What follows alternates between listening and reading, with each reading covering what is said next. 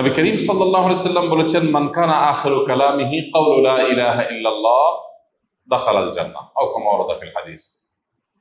যে ব্যক্তির শেষ কথা হবে লা ইলাহা ইল্লাল্লাহ, যার শেষ কথা কি হবে? লা ইলাহা ইল্লাল্লাহ, অর্থাৎ তাওহীদ যার শেষ অবস্থান হবে,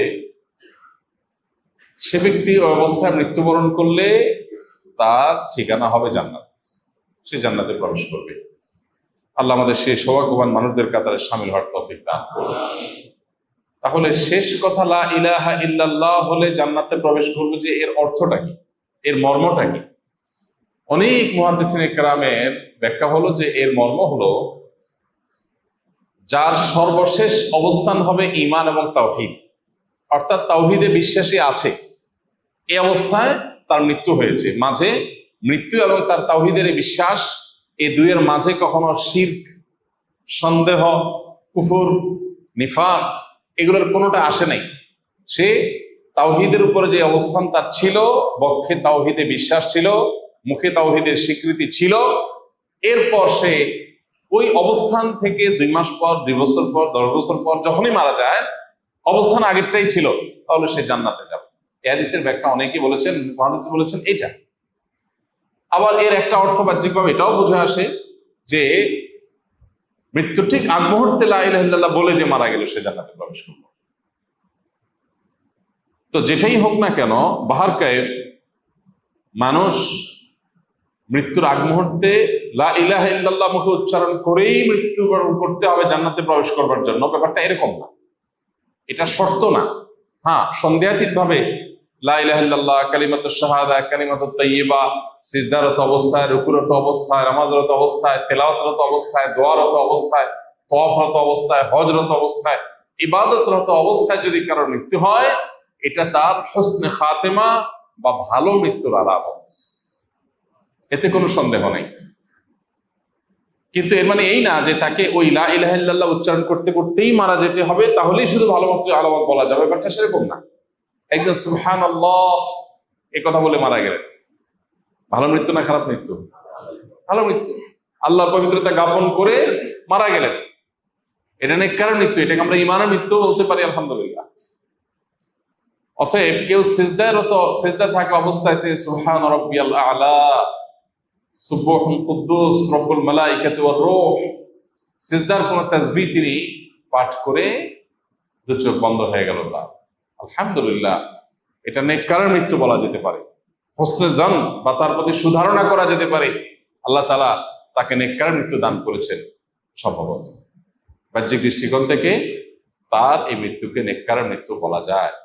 অতএব সিজদায় গিয়ে যদি মৃত্যু মুখোমুখি মানুষ পতিত হয়, তাহলে তাকে লা ইলাহা ইল্লাল্লাহ বলতে হবে, এমন কোনো কথা নাই। আর যদি সিজদা লা ইলাহা ইল্লাল্লাহ বলেও, তাতেও অসুবিধা নেই। বাকি শেষ কথা লা ইলাহা ইল্লাল্লাহই হতে হবে হোসনে খাতেমার জন্য, এটা জরুরি না, শর্ত না।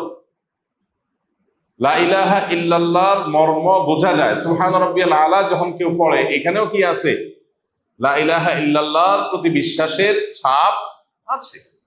অতএব ওই মৃত্যুটাকেও ভালো মৃত্যু ধরা হবে। তো অনেক সময় সামনের কাতারে টি শার্ট পরে অনেক মুসল্লি নামাজে দাঁড়ান, সেই টি শার্টের পেছনে অনেক বড় অক্ষরে লেখা থাকে। এছাড়া নামাজের সময় সামনে যদি পানির বোতল ইত্যাদি থাকে এবং বোতলে ব্র্যান্ডের নাম লেখা থাকে, জামাতে নামাজ পড়ার সময় বা একাকী নামাজ পড়ার সময় এই সকল লেখার উপর খেয়াল পড়ে বা লেখাগুলি পড়লে নামাজের ক্ষতি হবে কিনা দয়া করে জানাবেন। নামাজের মধ্যে এই প্রবলেমটা অনেকেরই হয়। আসলে আমাদের অনেক তরুণ, অনেক কিশোর ভাইরা, বন্ধুরা আছেন যারা টি শার্ট ইত্যাদি পরে আসেন, পিঠে বিভিন্ন খেলোয়াড়ের নাম লেখা, বিভিন্ন পছন্দের দলের নাম লেখা বা বিভিন্ন ভালো কথা মন্দ কথা যা হোক লেখা থাকে। এরকম টি শার্ট পরে মসজিদে আসা উচিত না। যদি তার অন্য কোনো জামা না থাকে, এই মুহূর্তে নামাজ রক্ত হয়ে যায়, তাহলে সে জামাতে নামাজ হবে, সামিল হবে। সম্ভব হলে টি শার্টটা উল্টা নিয়ে পড়বে, আর সেটা না হলে ওই অবস্থা হইলেও পড়বে। কিন্তু তার যদি সুযোগ থাকে তাহলে বাসা থেকে এ ধরনের টি শার্ট না পরে অন্য সাধারণ পোশাক পরে আসা উচিত। কারণ পেছনের যে মুসল্লি, তার নামাজের মনোযোগ নষ্ট হয়। এরকম আরেকজনের পিঠে যখন কোনো লেখা থাকে, সে লেখা পড়ার দিকে মনোযোগ চলে যায়, এই জন্য আরেকজনের মনোযোগ নষ্ট করা উচিত না। তাছাড়া নামাজের যে গাম্ভীর্য তার সাথে এটা যায় না। আল্লাহ বলেছেন, ইয়া বানি আদম খুযু যিনাতাকুম ইনদা কুল্লি মসজিদ আই ইনদা কুল্লি সালাহ। প্রত্যেক নামাজে তোমরা জিনা গ্রহণ করো। পোশাকের কথা বলতে গিয়ে আল্লাহ জিনা বলেছেন, সৌন্দর্য বলেছেন।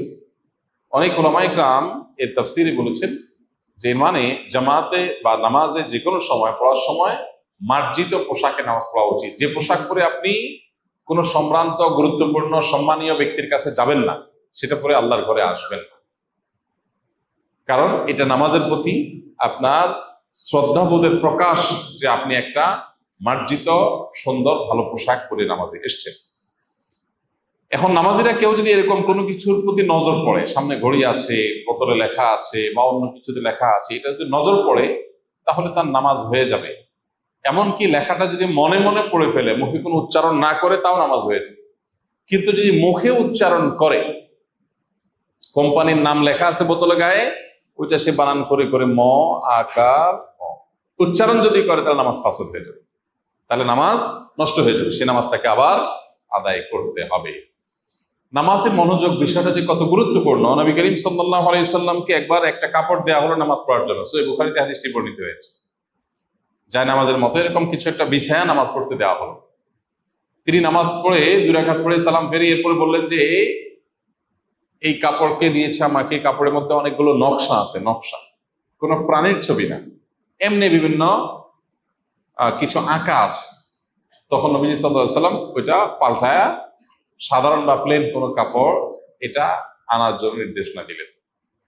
এখান থেকে বোঝা গেল যে মনোযোগ নষ্ট হতে পারে এরকম জিনিস রাখা উচিত না নামাজের সামনে।